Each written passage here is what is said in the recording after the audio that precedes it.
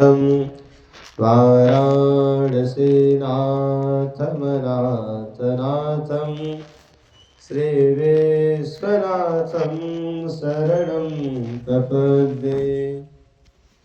लोकाभिरामं रणरङ्गधीरं राजीवनेत्रं रघुवंशनाथं कारुण्यरूपं करुणाकरन्तं श्रीरामचन्द्रं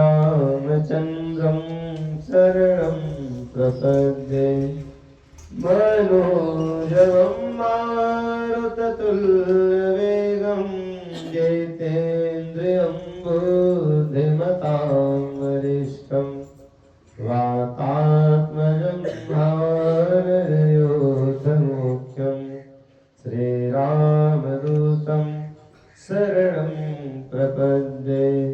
श्रीरामदूतं शरणं प्रपद्ये। सच्चिदानन्दरूपाय विश्वोत्पत्त्यादिहेतवे तापत्रयविनाशाय श्रीकृष्णाय वयं नुमः। यं प्रव्रजन्तमनुपेतमपेतकृत्यं द्वैपायनो विरहकातर आजुहाव पुत्रेति तन्मयतया तरवोऽभिनेदोस् तं सर्वभूतहृदयं मुनिमानतोऽस्मि। पूर्णेन्दुसुन्दरमुखे प्रतिभाभिरामे वामे विधेषु वचसां रामे।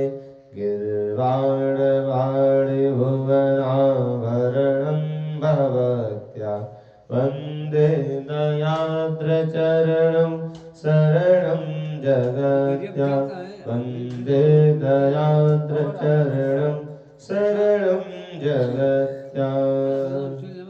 मूकं करोति वाचालं पङ्गुं लङ्घयते गिरिं यत्कृपातमहं वन्दे परमानन्दमाधवं। सीताराम गुणराम पुण्यारण्यविहारिणो वन्दे विशुद्धविज्ञानो कवीश्वर कपीश्वरो। वन्दे बोधमयं नित्यं गुरुं शङ्कररूपिणं यमाश्रितोऽपि वक्रोऽपि चन्द्रः सर्वत्र वन्दते। भवानी शङ्करो वन्दे श्रद्धा विश्वासरूपिणो याभ्यां विना न पश्यन्ति सिद्धा स्वान्तस्थमीश्वरं।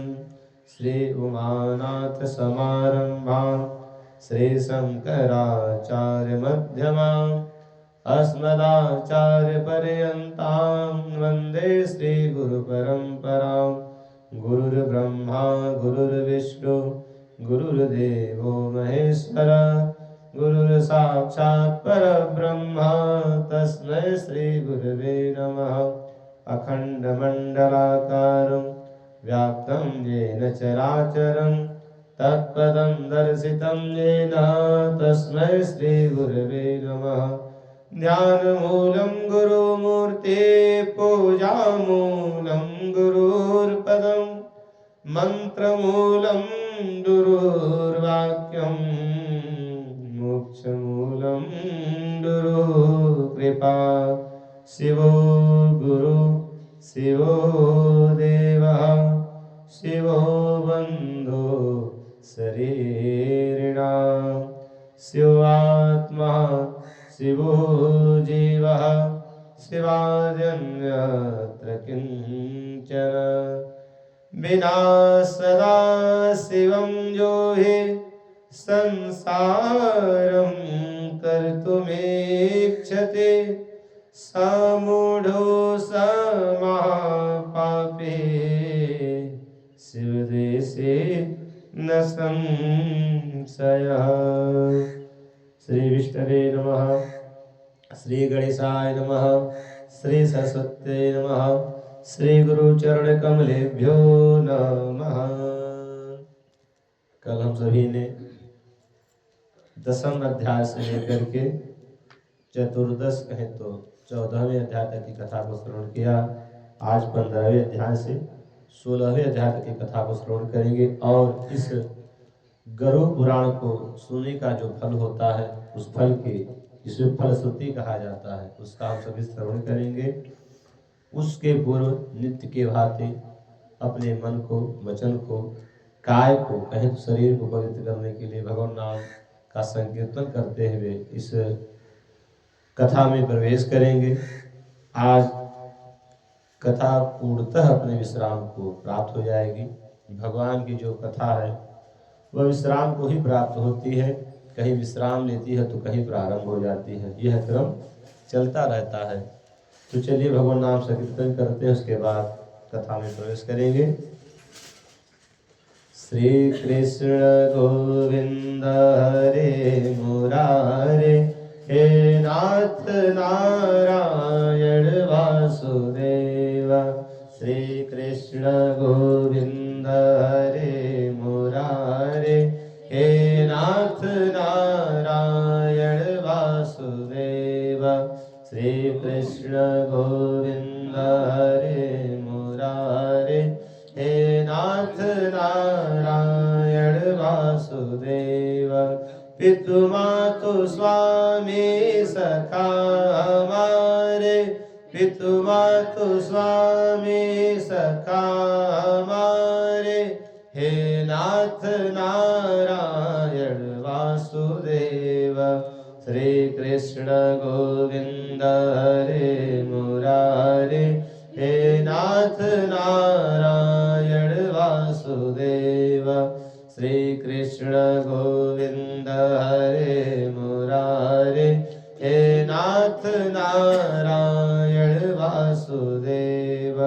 वहीं गए जहाँ गए पुकारे, वहीं गए जहाँ गए पुकारे, हे नाथ नारायण वासुदेव।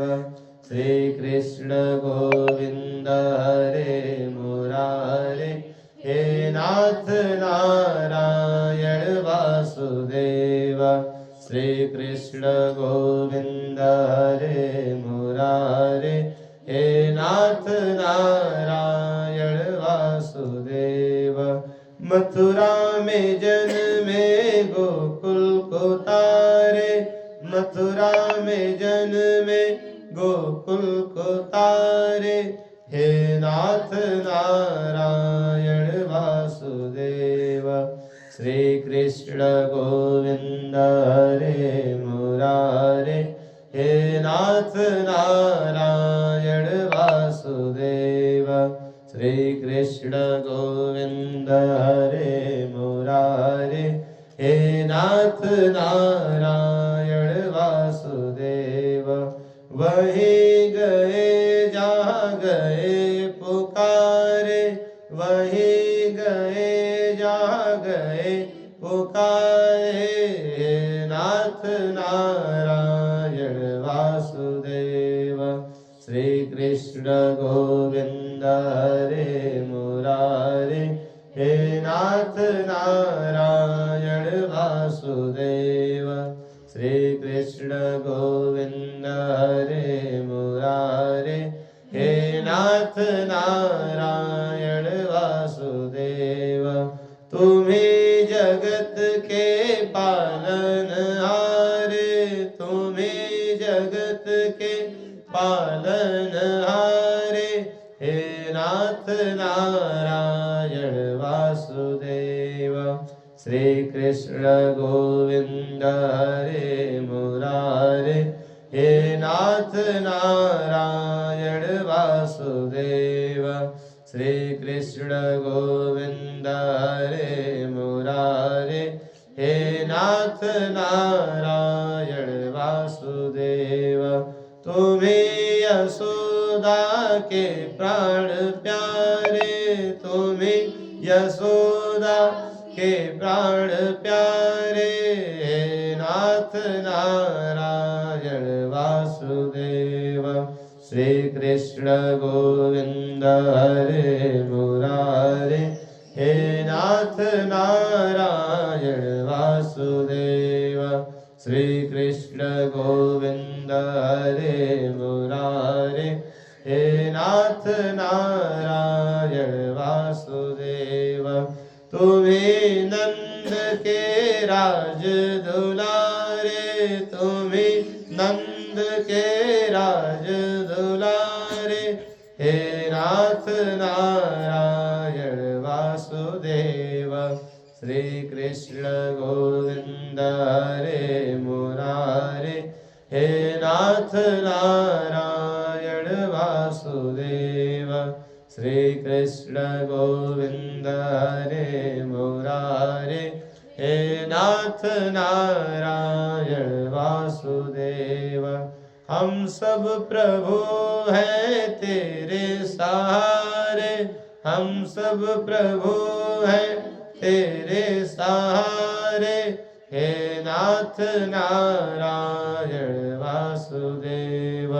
श्री कृष्ण गोविंद हरे मुरारे, हे नाथ नारायण वासुदेव।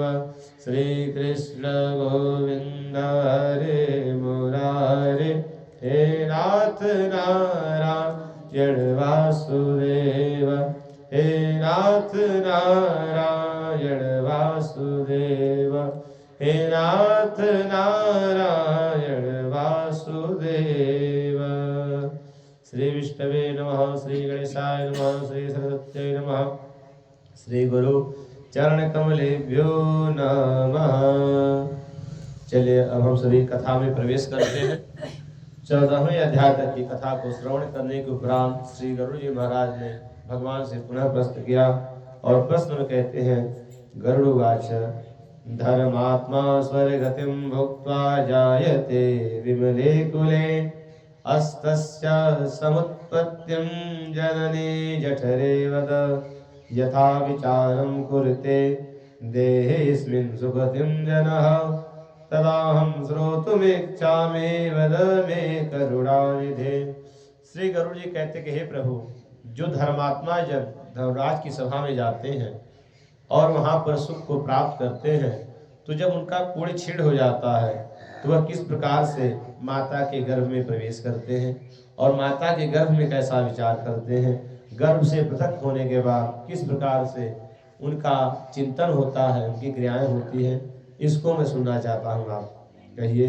तो श्री भगवान कहते हैं, साधु पृष्ठ त्वया तार्क्ष्यं परम गोप्यं वदामि ते, यस्य विज्ञानमात्रेण सर्वज्ञत्वं प्रजायते, वक्ष्यामि च शरीरस्य स्वरूपं परमार्थिकं, ब्रह्माण्डगुणसम्पन्नं योगिनां धारणस्पदं, षड्चक्रचिन्तनं यस्मिन् यथा कुर्वन्ति योगिनः, ब्रह्मरन्ध्रे चिदानन्द रूपधानं तथा शृणु। श्री भगवान कहते कि हे गरुड़, तुमने जो प्रश्न किया है उसको मैं कहता हूँ, और दो प्रकार के जो शरीर होते हैं उन शरीर के भी विषय में तुमसे बतलाता हूँ, जो एक व्यवहारिक शरीर है और परमार्थिक शरीर। भगवान कहते हैं हे गरुड़, पहले जो सज्जन पुरुष होते हैं वह किस प्रकार से जन्म को प्राप्त करते हैं उसको सुनो।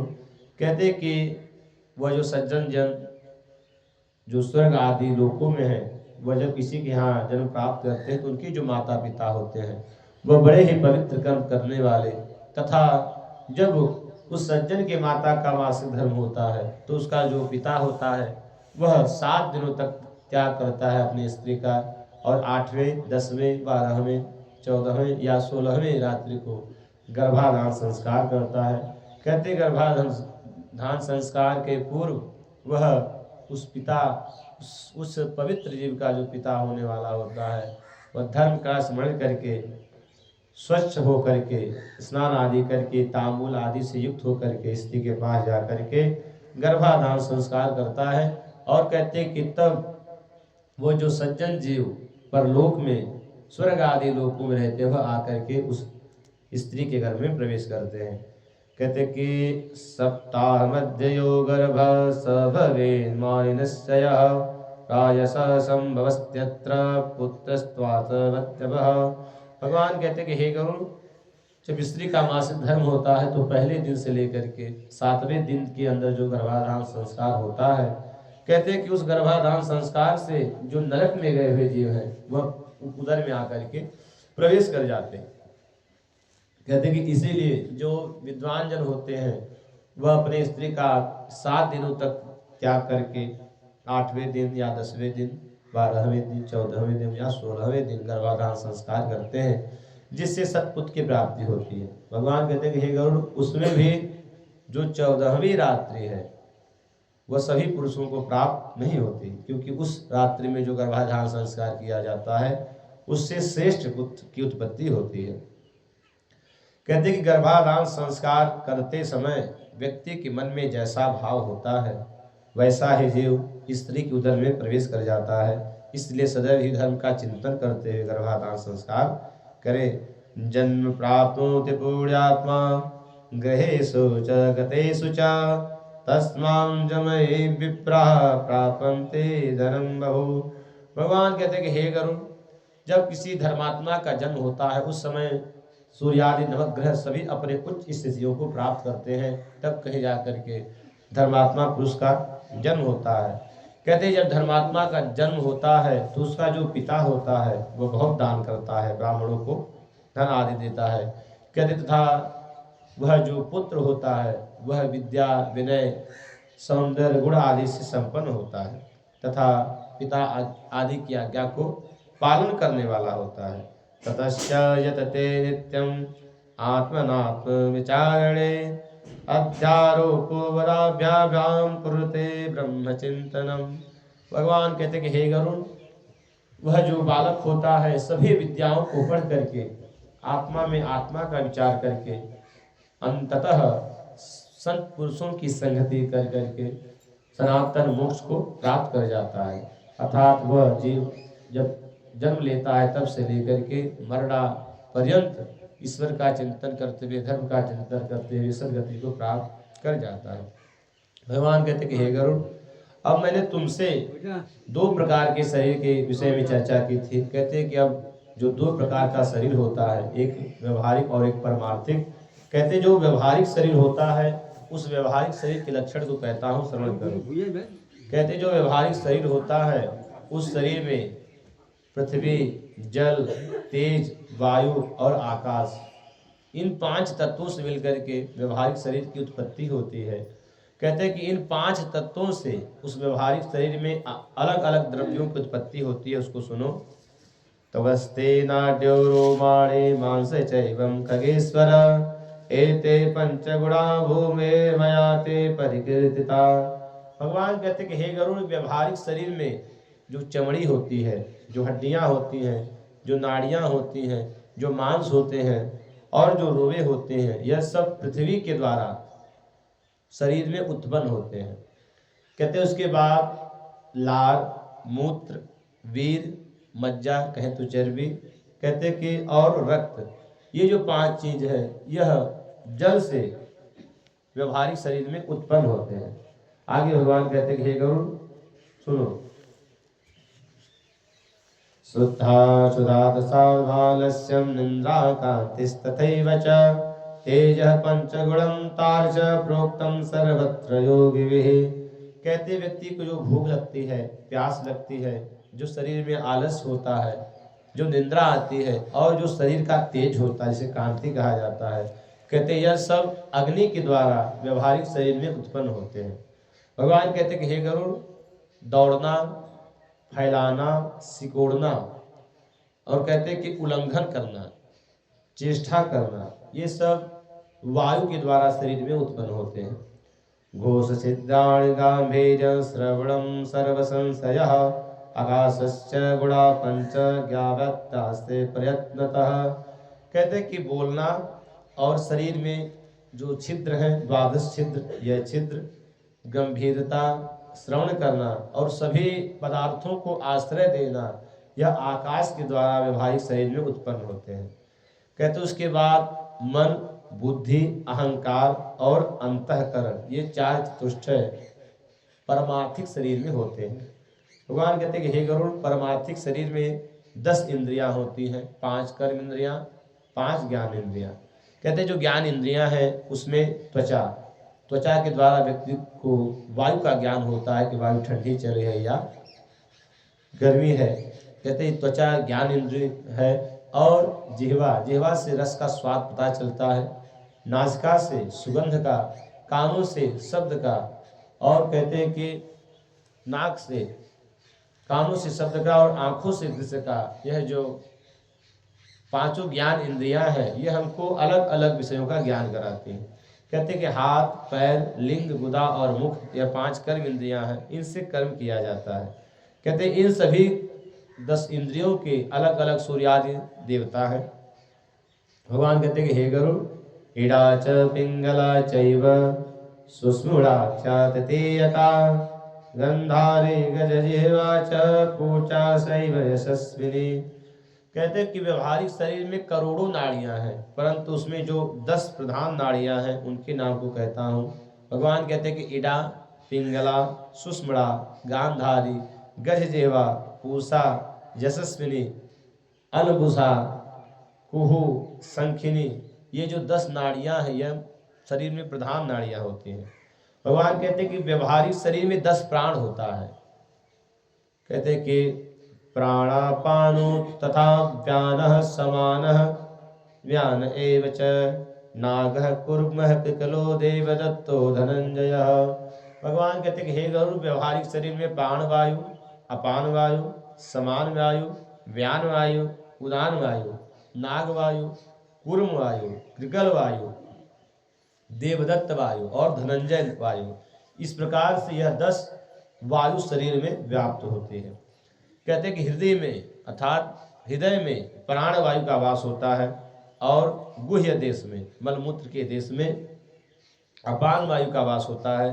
कहते समान वायु नाभि में होती है, उदान वायु कंठ में, और कहते कि व्यान सर्व शरीरगः, जो व्यान वायु है वह पूरे शरीर में व्याप्त होती है। कहते हैं कि जहाँ से उद्गार होता है, किसी पदार्थ की उत्पत्ति होती है वहाँ पर नाग वायु होती है। कहते हैं जहाँ पर पदार्थों का मेलन होता है वहाँ पर कूर्म वायु होती है। भगवान कहते हैं कि जब भूख प्यास लगती है तो यह कृकल वायु के द्वारा होती है, और जब हमको आलस्य होता है तो वह देवदत्त नाम की वायु के द्वारा होता है। भगवान कहते हैं कि हे गरुड़, जो धनंजय नाम की वायु है वह मृतक व्यक्ति को भी नहीं छोड़ती, अर्थात किसी की मृत्यु हो जाए तब भी उसके शरीर में धनंजय नाम की वायु सर्वत्र रहती है। भगवान कहते हैं कि हे गरुड़, इन वायुओं की सत्ता प्राप्त करके, अर्थात इसमें जो मुख्य प्राण वायु है उसकी सत्ता प्राप्त करके सभी वायु अपने कार्य को ठीक उसी प्रकार से करती हैं जिस प्रकार से सूर्योदय होने के बाद सभी प्राणी अपने कर्मों में लग जाते हैं, उसी प्रकार से प्राण की सत्ता प्राप्त करके यह 10 वायु अपने अपने कार्यों में लग जाते हैं। कहते हैं कि संवृश्य गुदे सम्यक पृथक गत्तम पृथक जलम ऊर्ध्वमेह जलम कृत्वा कुत्वा अन्नम जलोपरि।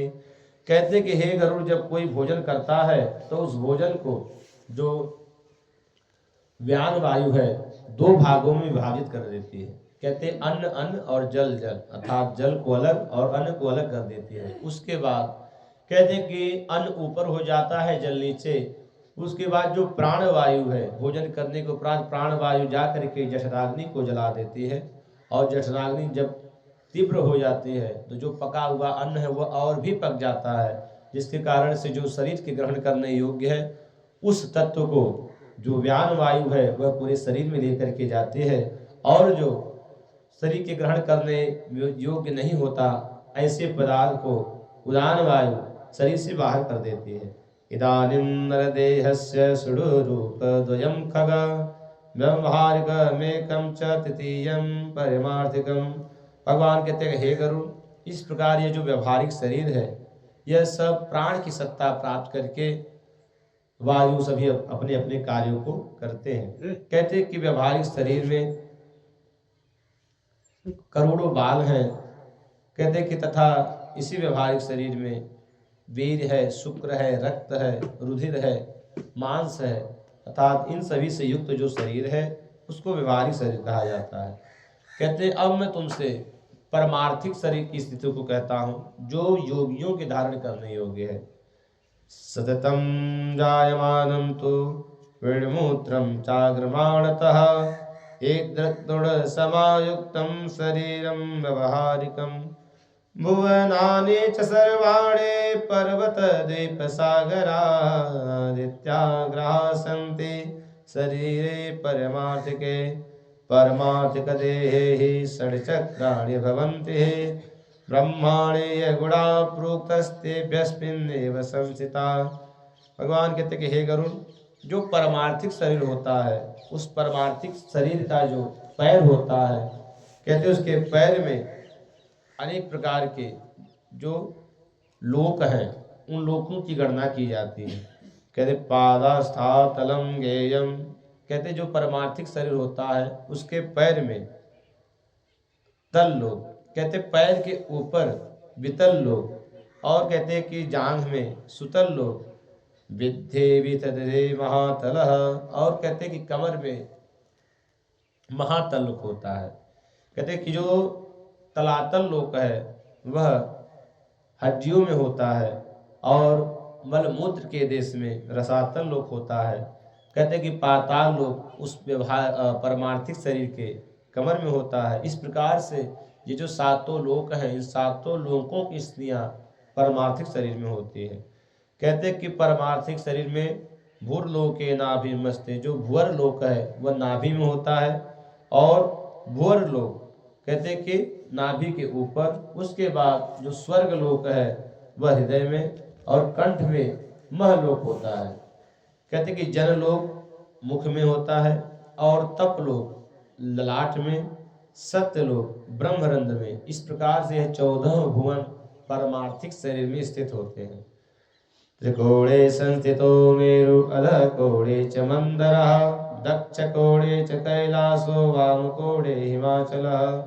भगवान कहते कि हे गरुड़, परमार्थिक शरीर का जो हृदय होता है उस हृदय में जो त्रिकोण होता है, कहते कि उसमें मेरु पर्वत होता है। उसके बाद कहते हैं कि अधः, उस हृदय के नीचे वाले कोने में मंदर पर्वत होता है। कहते हैं उसके बाद दक्षिण के कोने में कैलाश पर्वत, वाम भाग के कोने में हिमाचल पर्वत, और कहते कि हृदय के ऊपरी रेखा में निषद पर्वत, और कहते कि दक्षिण दाहिनी रेखा में गंधमादन पर्वत। इस प्रकार से दक्ष कोणे च कैलासो, और दाहिने कोने में कैलाश पर्वत और वाम कोण में हिमाचल पर्वत होता है। भगवान कहते कि हे गरुड़, और जो रमण पर्वत है वह वाम भाग की जो रेखा होती है उसमें होता है। इस प्रकार से परमार्थिक शरीर में यह पर्वतों की स्थिति होती है। कहते कि उसके बाद अब द्वीपों की स्थिति सुनो। अस्थिस्थान भवे जम्बो सापो मज्जा सुसंस्थिता कुशदीप स्थितो मासे क्रौंचदीप शिरासु च। कहते परमार्थिक शरीर में जो अस्थियां जहाँ पर होती हैं वहाँ पर जम्बूद्वीप होता है। कहते कि जहाँ पर चर्बी होती है वहाँ पर सागद्वीप होता है, और कहते कि जो कुशद्वीप है वह मांस में स्थित होता है, क्रौंचद्वीप शिराओं में स्थित होता है, और त्वचा में सालमली द्वीप होता है, और कहते हैं रोम के पास गोमेध द्वीप होता है, नखस्थम पुष्करम विद्या, और नख में पुष्कर द्वीप होता है। भगवान कहते हैं कि हे गरुड़, इस प्रकार से यह जो द्वीपों की स्थितियां होती हैं उस परमार्थिक शरीर में होती हैं। अब सागरों की स्थितियों को सुनो। चरोदो हे भवेन्मूत्र क्षीरे क्षीरोद सागर सुरोदधे स्फुलिस्वस्थो मज्जायां घृत सागर। कहते कि उस परमार्थिक शरीर में जहाँ पर क्षीर का अर्थात जल का जहाँ पर वास होता है वहाँ पर मूत्र सागर होता है, और कहते हैं कि जल में जल सागर होता है। कहते कि जो दधि सागर है वह श्लेष में होता है था जहाँ पर मलमूत्र के स्थित होते हैं। यहाँ पे कहते मज्जायाम घृत सागर, और जहाँ पर परमार्थिक शरीर में चर्बी होती है वहीं पे घृत सागर होता है। रसोदधिम रसे विद्या छोड़ते दधि सागर।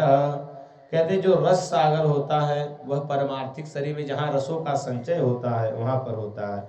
विद्या छोड़ी सागरे, और कहते कि जो दधि सागर है वह रक्त में होता है। स्वाद को लंबिका स्थान है, और जो स्वाद सागर है वह गले में होता है। इस प्रकार से हे गरुड़, यह सागरों की स्थिति परमार्थिक शरीर में होती है।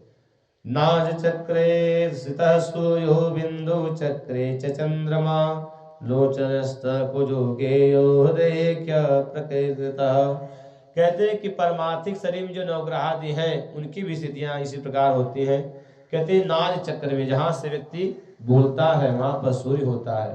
कहते हैं जहां से ध्यान लगाता है वहां पर चंद्रमा होता है, और आंखों में मंगल होता है। कहते हृदय में बुध होता है, और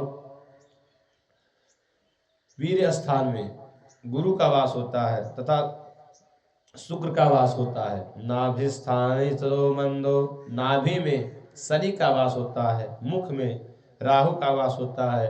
वायु स्थान में केतु का वास होता है। इस प्रकार से नवग्रहों की स्थितियां परमासिक शरीर में होती हैं। भगवान कहते हैं कि हे गरुड़, इसीलिए प्रातः काल ब्रह्म काल में, ब्रह्म मुहूर्त में उठ करके अपने शरीर के अंदर ही जो योगी जन होते हैं, विद्वान जन होते हैं, वह ब्रह्मांड में विलीन शक्तियों का चिंतन करते हैं और अजपा नाम की गायत्री का जप करते हैं। भगवान कहते हैं कि हे गरुड़, अजपा नाम गायत्री मुनिनाम मोक्षदायिनी यस्या संकल्प मात्रेण सर्व पाप प्रमुच्यते। कहते हैं कि अजपा नाम की जो गायत्री है यह मुनियों को मोक्ष देने वाली है। इसीलिए इसका यदि कोई संकल्प कर ले तो वह व्यक्ति सभी पापों से मुक्त होकर के मोक्ष को प्राप्त कर जाता है। भगवान कहते हैं कि हे गरुड़, जब व्यक्ति सांस को खींचता है तो हं शब्द का उच्चारण होता है, और जब सांस को छोड़ता है तो सह शब्द का उच्चारण होता है। इस प्रकार से हर प्राणी हं सह इस मंत्र का जाप करता रहता है। कहते कि भगवान का एक हंसा अवतार हुआ था, इसीलिए यदि कोई इस हंस ये जो मंत्र नित्य श्वास के साथ चलता रहता है, इसका संकल्प कर ले तो संकल्प करने मात्र से उसका जब भी पूरा होता रहेगा और उसको सदगति की प्राप्ति हो जाती है। कहते कि चुड़ोतार च प्रवक्षे हम अजय पाकर मुत्तमम यह कृत्वा सर्वदा जीवो जीव भाव विमुंचति। भगवान कहते कि हे गरुड़, अजपा नाम की गायत्री का जो जप है उसको करने से व्यक्ति अपने जीव भाव से मुक्त हो जाता था। जो हम ऐसा जानते हैं कि हम जीव हैं, तो वह जब हमको ज्ञान अपने वास्तविक स्वरूप का हो जाता है कि हम भगवान के ही अंश हैं, सो भगवान के ही समान हैं, जब वह ज्ञान हो जाता है तो कहते हैं कि तब वह जीव भाव से मुक्त हो जाता है। परंतु उसके लिए अजपा नाम की गायत्री का जप करना होगा, और वो भी कहते हैं कि जब भी यह गायत्री का जप करना हो अजपा नाम की गायत्री का, तो अवश्य अपने गुरु से उपदेश को ग्रहण करना चाहिए, गुरु की आज्ञा का पालन करना चाहिए। यदि वो आज्ञा दे तभी इसका जप करना चाहिए, अन्यथा कोई अपने मनोमान जप करे तो उसका पतन ही हो जाता है। कहते हैं कि इसीलिए अपने मन से ही नहीं करना चाहिए। भगवान कहते हैं कि हे गरुड़, इसे परमार्थिक शरीर में 6 चक्र होते हैं, 6 चक्र होते हैं, जिनका व्यक्ति यदि चिंतन करके उन 6 चक्रों को जागृत कर ले तो जो ब्रह्मांड में विलीन शक्तियां हैं वह सब शक्तियों का वह स्वामी हो जाता है, अर्थात उसके पास वो शक्तियां आ जाती हैं। भगवान कहते हैं कि हे गरुड़, उसी लिए व्यक्ति को चाहिए कि वह 6 चक्रों का चिंतन करे। कहते तस्मादो जगतम प्रभा सितमिदं पद्मं सशस्त्रतम सत्यानंदमयं सदाशिवमयं ज्योतिर्मयं शाश्वतं गणेशं च विधिं विष्णुं शिवं जीवं गुरुत्तमः व्यापकं च परं ब्रह्म क्रमातेषु यचिन्तयेत्। भगवान कहते कि हे गरुड़, जो 6 चक्र है उन चक्रों के बारे में बतलाता हूँ तथा उनका किस प्रकार से ध्यान करना चाहिए उनको भी मैं तुमसे कहता हूँ, सुनो। कहते कि रीढ़ की हड्डी के मूल से लेकर के उसके क्रम से ऊपर की ओर 6 चक्र होते हैं। कहते जो पहला चक्र है उसको आधार चक्र कहते हैं। कहते वह चक्र अग्नि के समान है और उस चक्र के 4 पंक्तियां हैं, 4 पल्लव हैं। कहते उस चक्र का 4 वर्णों से ध्यान किया जाता है। वह वर्ण है व स स ह। कहते कि इन 4 वर्णों से उसका ध्यान करना चाहिए। उसके बाद आधार चक्र के ऊपर स्वाधिष्ठान चक्र है जो सूर्य के समान कांति वाला है। कहते हैं उस चक्र के 6 दल हैं। उन 6 दलों का इन 6 वर्णों से ध्यान किया जाता है। भगवान कहते हैं कि हे गरुड़, ज भ म य र ल, इनसे स्वाधिष्ठान चक्र का ध्यान किया जाता है। कहते हैं स्वाधिष्ठान चक्र के ऊपर मणिपूरक चक्र है और मणिपूरक चक्र जो है वह रक्त वर्ण का है। कहते हैं उस चक्र में 10 दल हैं, 10 पंक्तियां हैं और उस 10 दलों का 10 वर्णों से ध्यान किया जाता है। कहते हैं वह वर्ण इस प्रकार है, ड ढ ड़ त थ द ध न प फ। इन 10 वर्णों से जो मणिपूरक चक्र है उसका चिंतन किया जाता है। कहते हैं मणिपूरक चक्र के ऊपर अनाहत चक्र है। कहते हैं यह जो चक्र है यह स्वर्ण के समान आभा वाला है और इस चक्र के 12 दल हैं, 12 पंक्तियां हैं और 12 वर्णों से इस चक्र का ध्यान किया जाता है। वह वर्ण है क ख ग घ अंगा च छ ज झ इया ट ठ। ये जो 12 वर्ण हैं इनसे उसका ध्यान किया जाता है। कहते हैं कि उस चक्र के ऊपर विशुद्ध ध्यान चक्र है जो चंद्रमा के समान कांति वाला है, तेज वाला है। कहते हैं कि उस चक्र का 16 स्वरों से ध्यान किया जाता है। उसमें 16 पंक्तियां हैं, इसके कारण 16 स्वरों से उस चक्र का ध्यान किया जाता है। कहते वह इस प्रकार है, अ आ इ ई उ ऊ ऋ ली ए ऐ ओ औ अंग अ। ये जो 16 स्वर है इन 16 स्वरों से जो विशुद्ध ध्यान चक्र है उसका चिंतन किया जाता है। भगवान कहते हैं कि हे गरुड़, इन चक्रों के ऊपर 1000 दलों वाला अर्थात 1000 पंक्तियों वाला चक्र है, उस चक्र का ध्यान हंस इन 2 वर्णों से किया जाता है। कहते हैं कि वह जो सहस्त्र दलों वाला चक्र है वह सदा ही दिव्यमय है, ज्योतिर्मय है, सत्यमय है और ज्ञानमय है। कहते हैं कि उस चक्र का चिंतन करने से व्यक्ति को सात्विक ज्ञान की प्राप्ति होती है जिसके कारण उसको मोक्ष हो जाता है। भगवान कहते हैं कि हे गरुड़, इस प्रकार से जो योगी जन होते हैं, जो विद्वान जन होते हैं, वह ब्रह्म मुहूर्त में अपने शरीर में ही इन चक्रों का चिंतन करते हैं, अजपा नाम की गायत्री का जप करते हैं और ये जप कर करके चिंतन कर करके वह सब अपने जीव भाव से मुक्त होकर के ईश्वर को प्राप्त कर जाते हैं। अधो मुखे दतो रंध्रे सहस्र दल पंकजे असंगम से गुरम ध्याये भरद्वाज मयाविदो। भगवान कहते कि हे गुरु, जो आधार चक्र है उसी के नीचे 3.5 बार सर्प के जैसे गेंडुरी मारी हुई कुंडलिनी नामक शक्ति होती है। कहते हैं कि हंस, ये जो मंत्र है, जो अजपा गायत्री है, इसका जप करने से वह कुंडलिनी शक्ति भी जागृत हो जाती है। भगवान कहते हैं कि हे गरुड़, परंतु कुंडलिनी को जागृत करना हो, षट चक्रों का चिंतन करना हो तो यह सब गुरु के आदेश से ही करना चाहिए। बिना गुरु के आदेश के इनका चिंतन न करे अन्यथा व्यक्ति का पतन भी हो सकता है। भगवान कहते हैं कि हे गरुड़, ततः संजनितं रूपं स्वयं ज्योति सनातनं सदा संदमया जाये मुहूर्ते ब्रह्म संज्ञके। कहते हैं इस प्रकार से जो ब्रह्मा आदि देवता हैं उन सभी ने हे गरुड़ बारंबार शास्त्रों का चिंतन करके यही कहा है कि व्यक्ति को चाहिए कि केवल भगवान की भक्ति करे, क्योंकि षट चक्रों का चिंतन करना, अजपा नाम की गायत्री का जप करना, कुंडलिनी शक्ति को जागृत करना, ये सबके बस की बात नहीं है। इसको तो जो योगी जन है, जो नित्य योग में रमण करने वाले हैं, वही जागृत कर सकते हैं।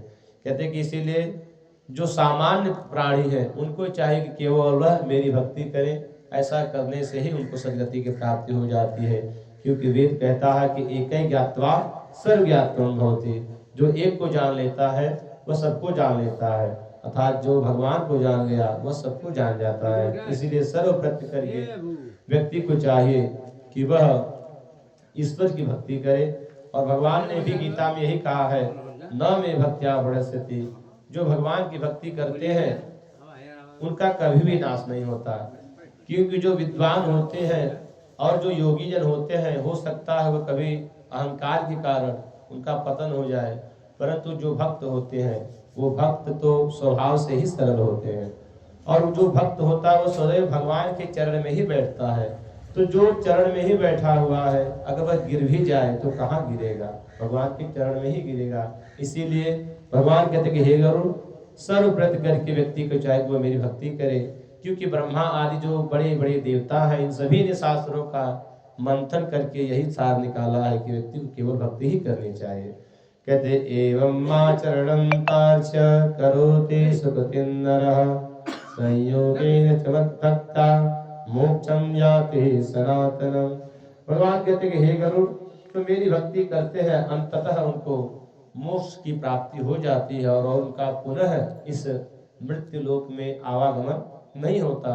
इसलिए सर्वव्रत करके व्यक्ति को चाहिए कि वह मेरी भक्ति करे।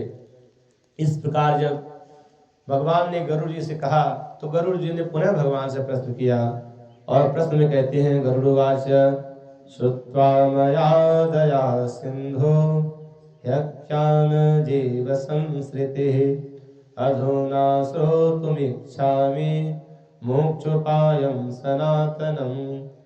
भगवन् देवदेवेश शरणागत वत्सल असारे घोर संसारे सर्वदुःख मलेमसे नानाविध शरीरस्था अनन्ता जीवराशयः जायन्ते च म्रियन्ते च तेषामन्तो न विद्यते सदा दुःखातुरा एव न सुखे विद्यते क्वचित् केनोपायेन मोक्षे स मुच्यते वद मे प्रभो। श्री गरुड़ जी कहते कि हे प्रभु, हे दया सिंधु, आप अब हमको जो सनातन मोक्ष का उपाय है, किस प्रकार से व्यक्ति क्या करे कि उसको मोक्ष की प्राप्ति हो जाए, उसको बतलाइए। क्योंकि हे प्रभु, इस असार घोर संसार में मैं सभी को दुखी देख रहा हूँ।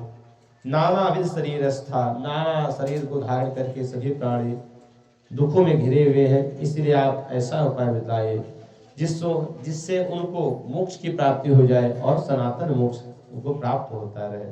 श्री भगवान का उत्तर देते हुए कहते हैं श्रोतार्च वृक्षामि यन्मां त्वं परिपृच्छसि यस्य श्रवणमात्रेण संसारात् मुच्यते नरः।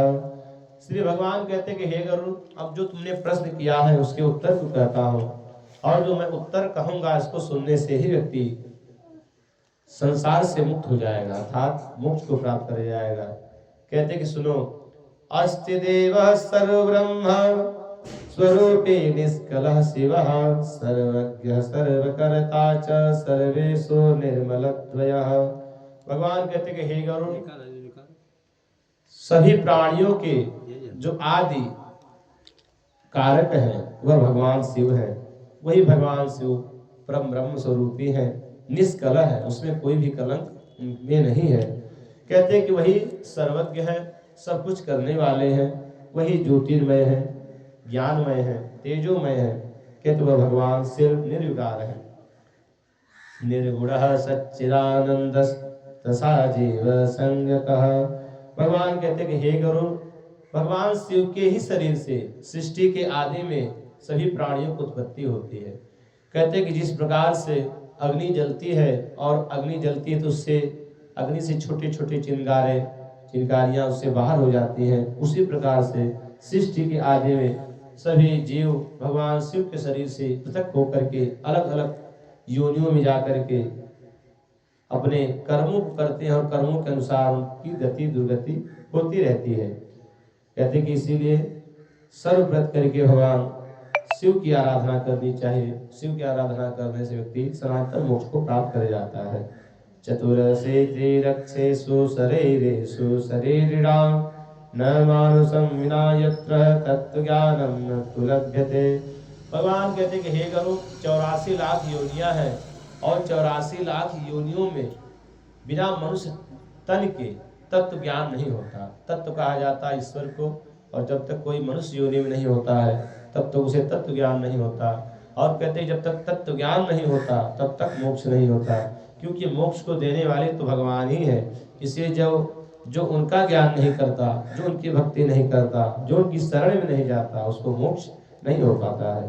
कहते हैं कि इसीलिए जब तक तत्व ज्ञान नहीं होता है तब तक मोक्ष नहीं होता, और मनुष्य तन को छोड़ करके किसी अन्य योनि में तत्व ज्ञान होने वाला भी नहीं है। भगवान कहते हैं कि हे गरुड़, इसीलिए मनुष्य तन प्राप्त करके व्यक्ति को चाहिए कि वो सदैव ही तत्व ज्ञान के लिए जिज्ञासा करे, अर्थात ईश्वर को जानने के लिए जिज्ञासा करे।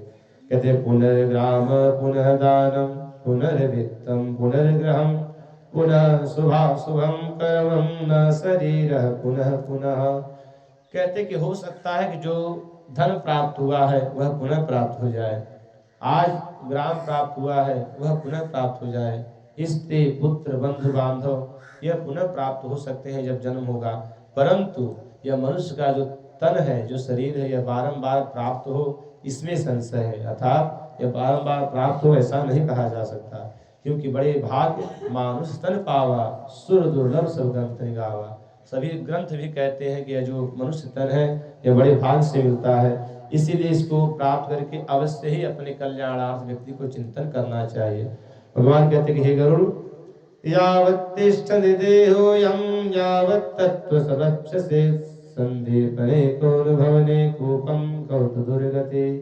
कहते कि जो कोई अपने इंद्रियों में जब तक बल है, जब तक सभी इंद्रियां कार्य कर रही हैं, तब तक जो अपने कल्याण के लिए चिंतन नहीं करता, कहते कि वह मानो उसी प्रकार मूर्ख है जिस प्रकार किसी के घर में आग लग जाए तो आग लगने के बाद वह जाकर के गड्ढा खोदे कि अब कुएं से पानी निकलेगा तो पानी निकाल करके अपने घर की आग बुझाऊंगा। कहते उसी प्रकार उस मनुष्य का जीवन है जो मनुष्य धन को प्राप्त करके अपने कल्याण के लिए स्वयं से चिंतन नहीं करता। भगवान कहते हैं कि हे गरुड़, जो स्वयं से चिंतन अपना नहीं करता है अपने कल्याण के लिए, उसका कोई और कल्याण नहीं कर सकता।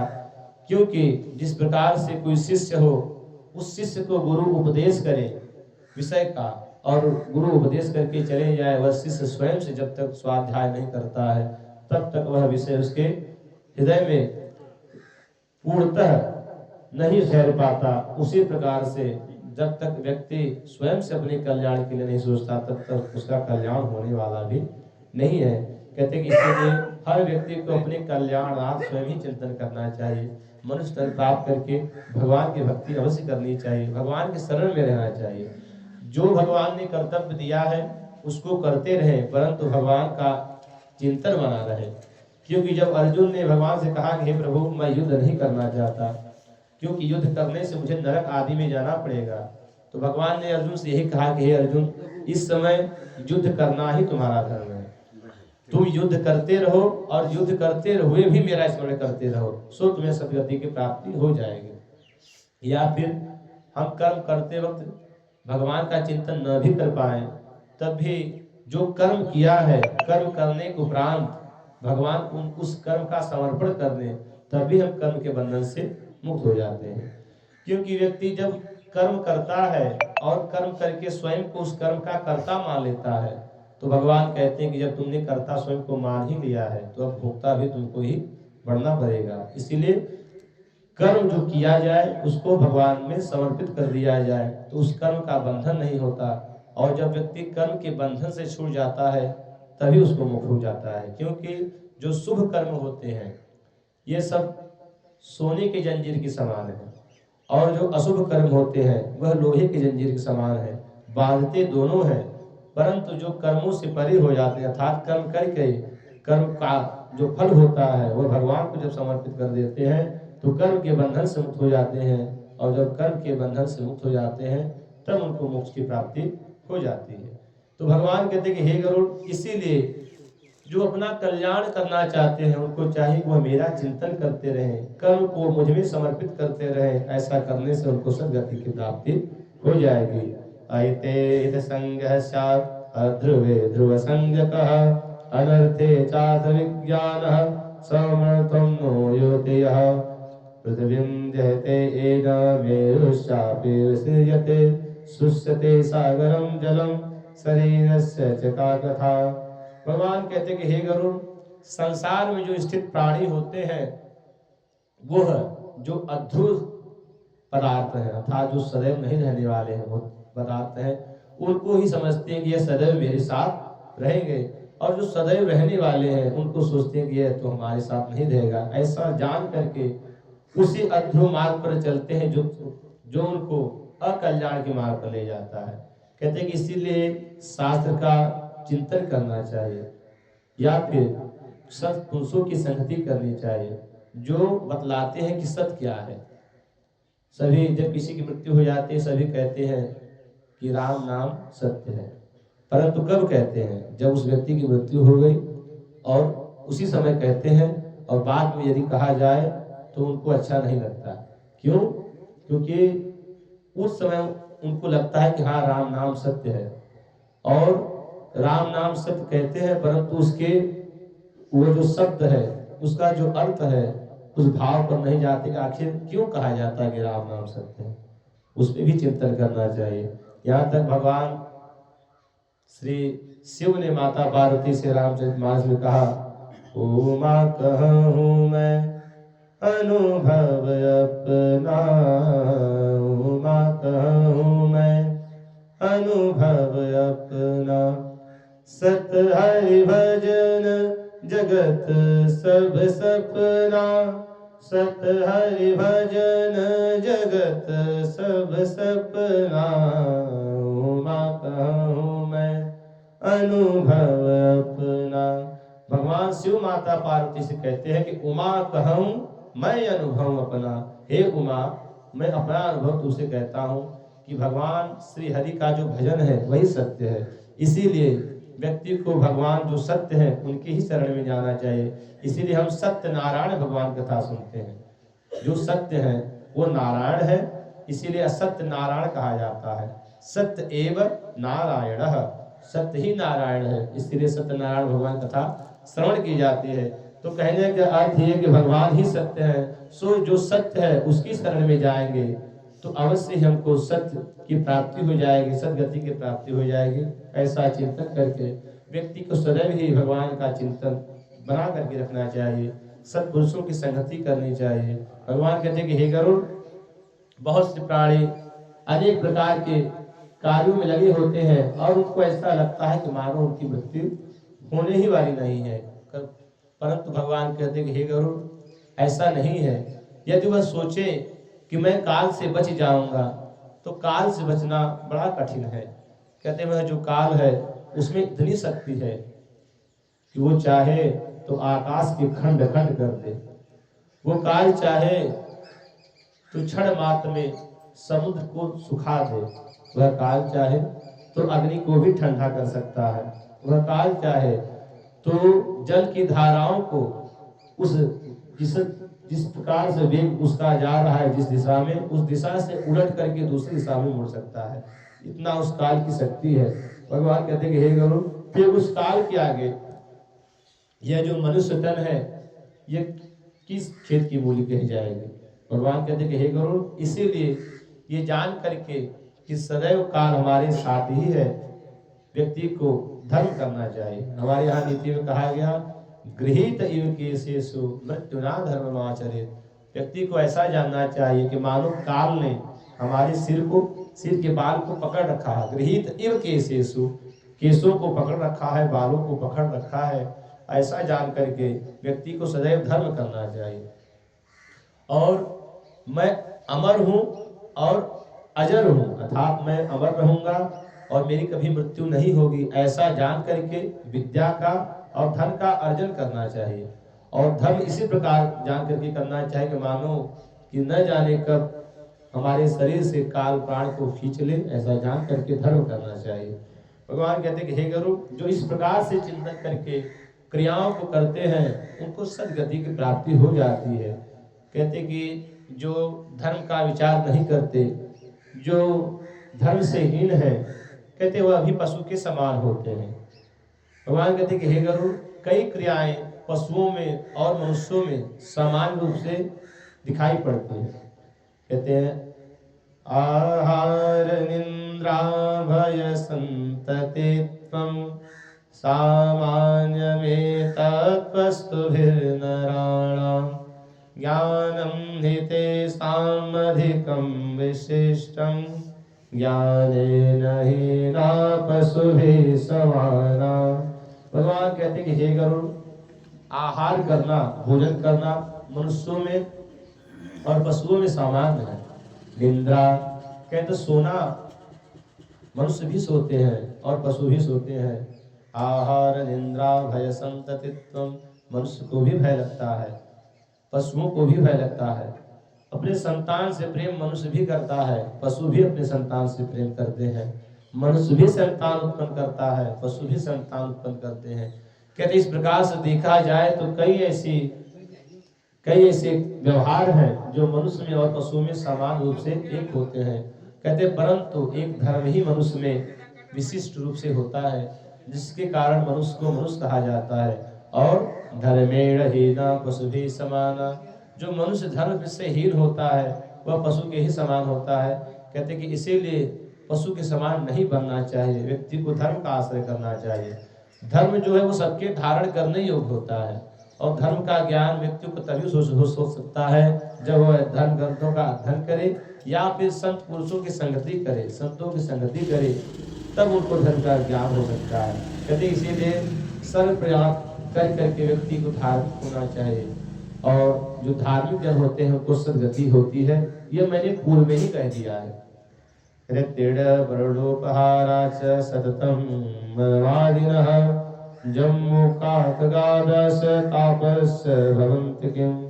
भगवान कहते कि हे गरुड़, बहुत से ऐसे लोग हैं जो सोचते हैं कि घर छोड़ करके यदि जंगल में चले जाएं तो मोक्ष मिल जाएगा। कहते यदि ऐसा ही होता तो जो जंगल में रहने वाले सियार आदि, सिंह आदि पशु हैं वह सभी मोक्ष के अधिकारी हो जाएंगे। कहते बहुत से लोग ऐसा सोचते हैं कि अपने शरीर में पूरे भस्म लगा लिया जाए तो मोक्ष मिल जाएगा। भगवान कहते कि यदि शरीर में भस्म लगाने से ही मोक्ष मिले तो कुत्ते बिल्ले आदि ये जो पशु हैं ये तो नित्य भस्म लगा रहे हैं, ये भी मोक्ष के अधिकारी हो जाएंगे। भगवान कहते कि हे गरुड़, बहुत से लोग ऐसा सोचते हैं कि बड़ी बड़ी जटाओं को रख लिया जाए तो मोक्ष मिल जाएगा। कहते यदि जटाओं को रखने से ही मोक्ष मिले तो जो भालू आदि पशु हैं उनकी जटाएं किसी से कम थोड़ी होती हैं, वो भी मोक्ष के अधिकारी हो जाएंगे। कहते हैं कि बहुत से लोग सोचते हैं कि यदि गंगा के पास जाकर के प्राणों का त्याग करें तो मोक्ष मिल जाएगा। तो यदि ऐसा हो तो जो गंगा में रहने वाले जलचर जीव हैं वो भी मोक्ष के अधिकारी हो जाएंगे। भगवान कहते हैं कि हे गरुड़, बहुत से लोग सोचते हैं कि शास्त्रों को पढ़ने से मोक्ष हो जाएगा। यदि शास्त्रों को पढ़ने से मोक्ष हो जाएगा तो जो नित्य उसका पारायण करने वाले हैं वो भी मोक्ष के अधिकारी हो जाएंगे। भगवान कहते हैं कि हे गरुड़, ऐसा नहीं होता है। शास्त्रों को पढ़ने से, जंगल में जाकर के रहने से, गंगा के पास रहने से तथा भस्म आदि लगाने से व्यक्ति को मोक्ष नहीं होता। व्यक्ति को मोक्ष तो तत्व ज्ञान से ही होता है। कहते हैं कि वो तत्व ज्ञान को ये सोचे कि मैं बाजार से पुस्तक लेकर के आऊं और पढ़ लूं तो मुझे तत्व ज्ञान हो जाएगा। कहते हैं ऐसा नहीं हो सकता। कहते हैं कि कोई अपने से कितना भी विद्या अर्जित कर ले वह विद्या व्यर्थ हो जाती है, क्योंकि उस विद्या से उसे तत्व ज्ञान नहीं होता। तत्व ज्ञान तो केवल जो गुरुदेव ने मंत्र दिया है उस मंत्र का भक्ति से श्रद्धा पूर्वक यदि कोई अनुष्ठान करे था जब करता रहे तो वह जो मंत्र है वह मंत्र ही उस व्यक्ति को तत्व ज्ञान करा देता है, अर्थात वह ईश्वर का जो प्रकाश है वह हृदय में प्रकाशित कर देता है। कहते कि इसीलिए सर्वप्रति करके व्यक्ति को चाहिए कि गुरुदेव भगवान के द्वारा जो दिया हुआ मंत्र है उसका श्रद्धा भक्ति पूर्वक जप करते हैं। भगवान कहते हैं कि हे गरुड़, वही मोक्ष, वही जो गुरु के द्वारा दिया हुआ मंत्र है वही मोक्ष कारक हो जाता है। इसीलिए हमारे यहाँ कहा गया है ध्यान मूलम गुरु मूर्ति, जो ध्यान करना हो तो गुरु की मूर्ति का ध्यान करना चाहिए। मोक्ष मूलम गुरु कृपा, और मोक्ष का जो मूल है अर्थात मोक्ष कैसे मिलता है तो कहते हैं गुरु कृपा। इसीलिए श्रीमद् भागवत के महात्म्य में श्री वेद व्यास जी कहते हैं प्रयच्छन्ति गुरुर योगी दुर्लभम। कहते हैं कि जब गुरु प्रसन्न हो जाते हैं तो प्रसन्न होकर के जो योगियों को दुर्लभ मोक्ष पद है उसको भी चाहे तो शिष्य को क्षण भर में प्रदान कर देते हैं। भगवान कहते हैं कि हे गरुड़, इसीलिए सर्वप्रत करके जो गुरुदेव भगवान ने मंत्र दिया है उस मंत्र का श्रद्धा विश्वास पूर्वक जब करना चाहिए। कहते कि जो ऐसा करते हैं उनको सद्गति की प्राप्ति हो जाती है। यावत् कर्माणि दीयन्ते यावत् संसार वासना यावत् इंद्रिय चापल्यम तावत् तत्कथा कुतः। भगवान कहते कि हे गरुड़, सर्वव्रत करके व्यक्ति को चाहिए कि वह भक्ति करे, गुरु की आज्ञा का पालन करें, गुरु के द्वारा विवाह मंत्र जो है उसका अनुष्ठान करें। ऐसा करने से अवश्य ही उनको सद्गति की प्राप्ति हो जाती है। कहते हैं कि अहम ब्रह्म परम धाम ब्रह्माहम परम पदम एवं सिंधे चात्मानम अस्मदाय निष्कले न यत्र दम्भिकायाते ज्ञान वैराग्य वर्जिता तुमिस्तां गतिं यान्ति तनाहं कथयामि ते। भगवान कहते हैं कि हे गरुड़, जो सज्जन जन होते हैं उनको सद्गति की प्राप्ति हो जाती है, क्योंकि अपने गुरु के द्वारा जो मंत्र प्रदान है उसका जब अनुष्ठान करते रहते हैं तो धीरे धीरे हृदय में वह ईश्वर प्रकाशित हो जाता है। और जब ईश्वर प्रकाशित हो जाता है तो अंत समय में उनकी मति उस ईश्वर में ही स्थिर रहती है। और हमारे यहाँ कहा गया कि अंते या मति सा गति, अंत में जैसी मति होती है वैसी ही गति होती है। श्रीमद् भागवत में वर्णन आता है कि जड़भरत ऋषि थे और अंत समय में जब उनकी मृत्यु आई उस समय उनके मन में हिरण का चिंतन चल रहा था, इसके कारण से उनको हिरण बनना पड़ा। उसके बाद पुनः वह ज्ञान बना रहा, क्योंकि अनेक जन्मों बहुत सा उन्होंने तप किया था, वह ज्ञान बना था। सो पुनः ब्राह्मण के घर जन्म प्राप्त किया और उस जन्म में ईश्वर का चिंतन करके सद्गति को प्राप्त हुए। तो कहते कि जो अंतिम समय में मति जैसी होती है वैसी ही गति होती है। तो जो श्रद्धा विश्वास पूर्वक भगवान के नाम का चिंतन करते हैं, जो गुरुदेव के द्वारा व्रत मंत्र का जप आदि करते रहते हैं, उनके मन में सदैव ही मेरा भाव बना रहता है। और जब मेरा भाव बना रहता है तो जब मृत्यु आती है, तो मृत्यु जब आती है शरीर से जब प्राण निकलता है तो वह जो जीव है वह दिव्य स्वरूप को धारण करके चतुर्भुज होकर के ईश्वर के समान होकर के ब्रह्म इव ब्रह्म भवति, अर्थात वह ब्रह्म के समान ही ईश्वर के समान होकर के मेरे अक्षय पद को प्राप्त कर जाते हैं, जहां से उनकी पुनरावृत्ति नहीं होती। निर्माण मोहाजित संग दोषा अध्यात्म नित्या विनिवृत्त कामा द्वंद्वैर्विमुक्ता सुख दुख संगैर्गच्छन्त्यमूढ़ा पदमागयन्त। भगवान कहते कि हे गरुड़, जिनके लिए निर्माण मोहा, जिनके लिए मान और अपमान दोनों एक समान हो गए, जित संग दोषा, जिन्होंने अपने संग दोष को जीत लिया है, था जो सदैव सत्पुरुषों की संगति करते हैं। अध्यात्म नित्या, और जो अध्यात्म में ही नित्य लगे हुए हैं। विनिवृत्त कामा, और जिनकी कामनाएं निवृत्त हो गई, अर्थात जिन्होंने अपनी कामनाओं का त्याग कर दिया है। द्वंद्वैर मुक्ता सुख दुख संग, कहते सुख दुख रूपी द्वंद्वों से जो छूट गए, अर्थात जो जिनके लिए सुख और दुख दोनों एक समान हो गया है। कहते ऐसे जो सज्जन पुरुष हैं, ऐसे जो भक्त जन हैं, वह मेरे परम पद को प्राप्त करते हैं। कहते हैं कि इनके जो विपरीत होते हैं वह मूर्ख जन कभी भी उस पद को प्राप्त नहीं कर पाते। भगवान कहते हैं कि हे गरुड़, इसलिए सर्व प्रयास करके प्रौढ़म वैराग्यमास्थाय भजते मामजन्य भाग पूर्वदृष्टे प्रसन्नात्मा सर्वै मोक्षमाप्नुयात्।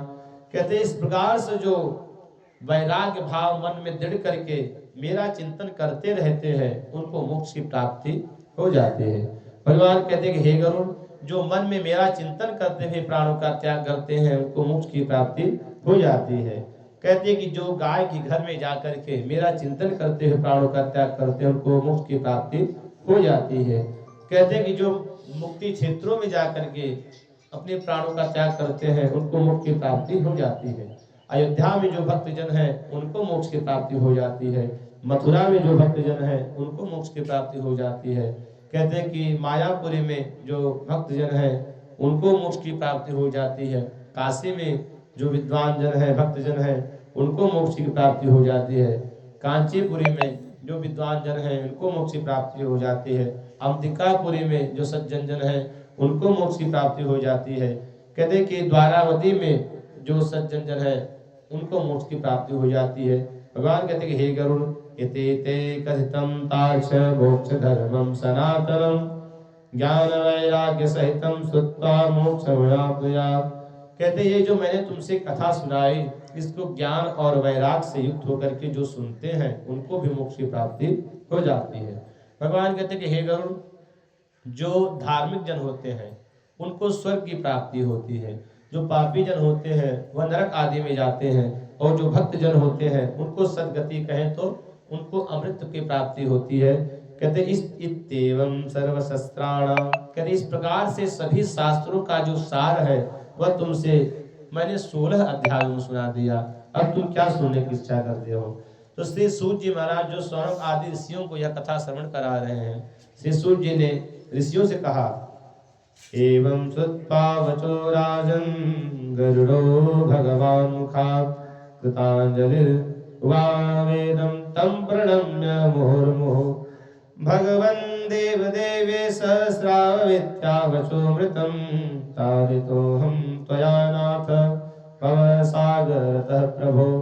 श्री सूत जी कहते हैं कि हे ऋषियों, जब श्री गरुड़ जी महाराज को भगवान ने ये कथा श्रवण कराई और पूछा कि हे गरुड़, अब तुम क्या सुनने की इच्छा करते हो, तो श्री गरुड़ जी ने हाथ जोड़ करके भगवान को प्रणाम किया और भगवान को प्रणाम करके कहा कि हे देव देवेश, हे शरणागत वत्सल, श्रावित्वावचोमृतम, आपके अमृत स्वरूपी वचनों को सुन करके मैं तर गया हूँ।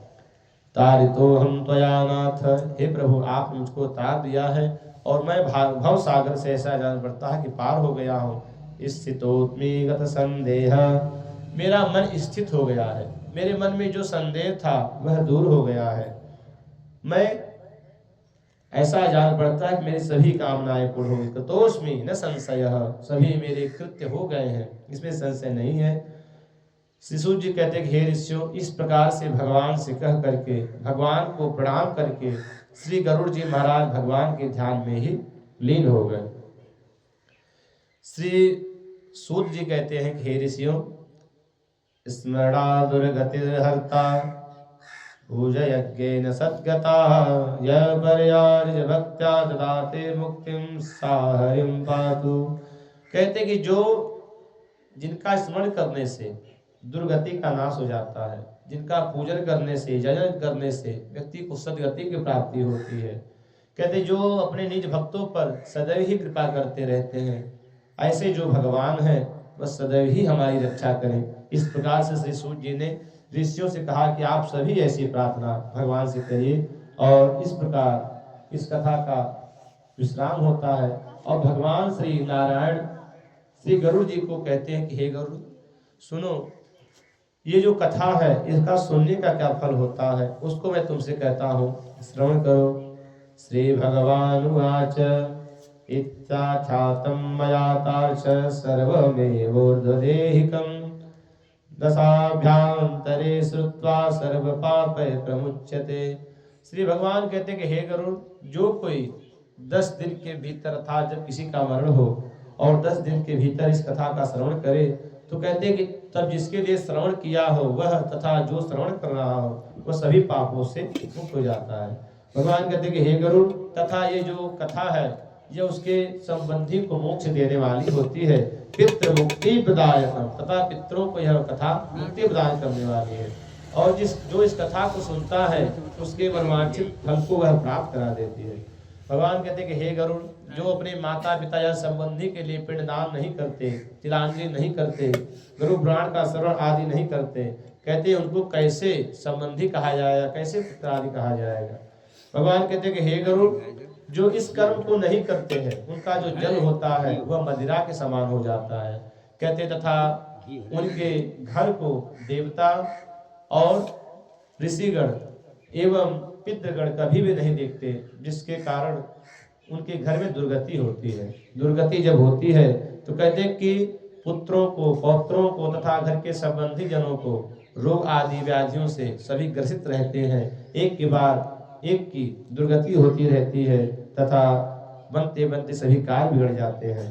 प्रेत कल्प विदम पूर्यम शृणुते स्तावे च यः उभौतो पापविर्मुक्तो दुर्गतिं नैव गच्छत। भगवान कहते कि हे गरुड़, जो कोई प्रेत क्रियाओं को नहीं करते अर्थात पिंडदान आदि नहीं करते, वह ब्राह्मण हो, क्षत्रिय हो, वैश्य हो, शूद्र हो, कहते वह तब तक व्यक्ति वह एक चांडाल के समान होता है जब तक क्रियाओं को नहीं करता।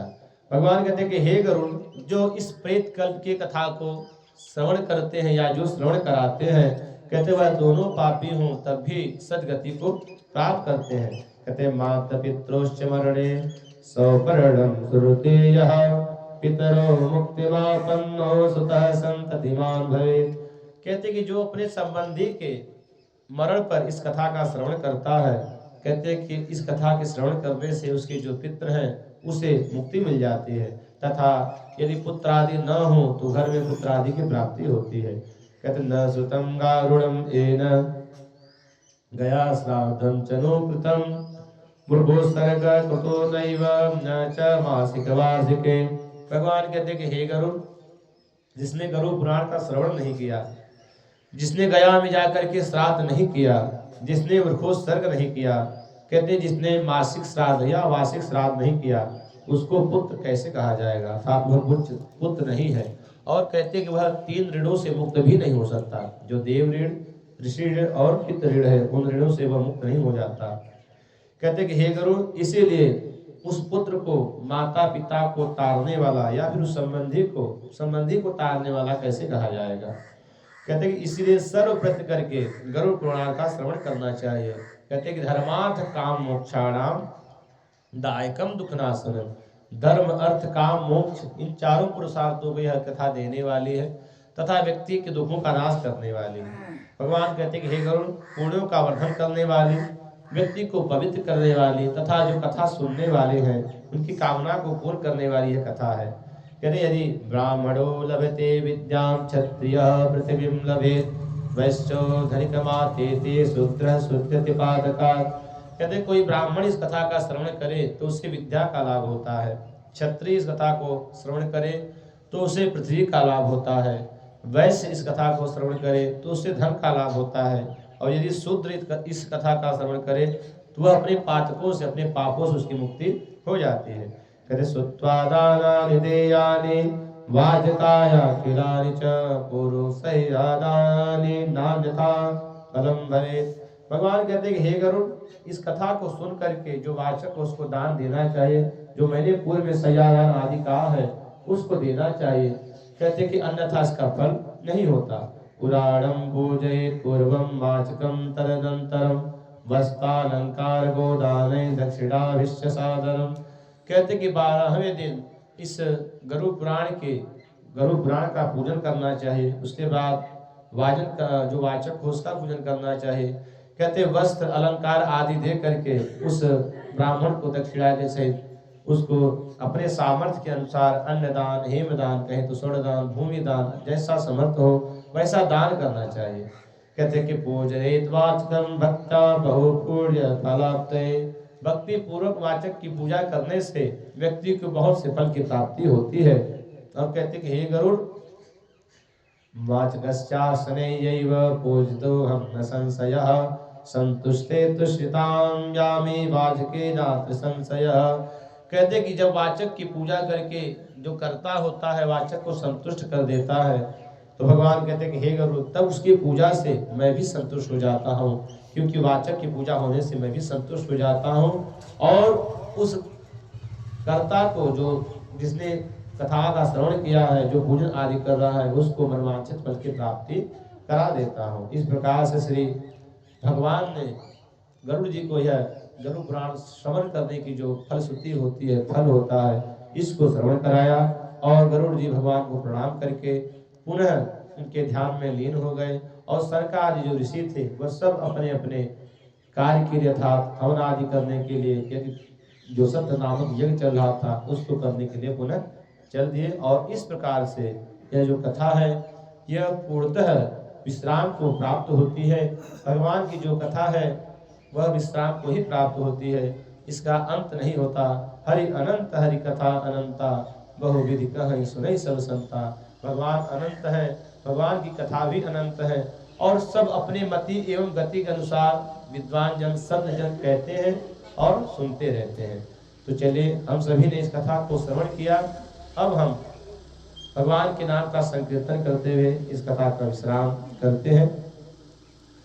जय राम राम राम सीता राम राम राम, जय राम राम राम सीता राम राम राम, जय राम राम राम सीता राम राम राम, जय राम राम राम सीता राम राम राम, जय राम राम राम सीता राम राम राम, जय राम राम राम सीता राम राम राम, जय राम राम राम सीता राम राम राम, जय राम राम राम सीता राम राम राम, जय राम राम राम सीता राम राम राम, जय राम राम राम सीता राम राम राम, राधे श्याम श्याम श्याम राधे श्याम श्याम श्याम, राधे श्याम श्याम श्याम राधे श्याम श्याम श्याम, जय राम राम राम सीता राम राम राम, जय राम राम राम सीता राम राम राम, जय राम राम राम सीता राम राम राम, जय राम राम राम सीता राम राम राम। कथा विसर्जन आज के प्रभु शंभुनाथ हनुमान, कथा विसर्जन आज के प्रभु शंभुनाथ हनुमान, राम लखन सिया जान के हो सदा करो कल्याण, राम लखन सिया जान के हो सदा करो कल्याण, जय राम राम राम सीता राम राम राम, जय राम राम राम सीता राम राम राम, जय राम राम राम सीता राम राम राम, जय राम राम राम सीता राम राम राम, राधे श्याम श्याम श्याम राधे श्याम श्याम श्याम, राधे श्याम श्याम श्याम राधे श्याम श्याम श्याम, जय राम राम राम सीता राम राम राम, जय राम राम राम सीता राम राम राम, जय राम राम राम सीता राम राम राम, जय राम राम राम सीता राम राम राम सीता राम राम राम सीता राम राम राम सीता राम राम राम। प्रेम से बोलिए सियावर रामचंद्र की जय। बच्चे दिखा रहे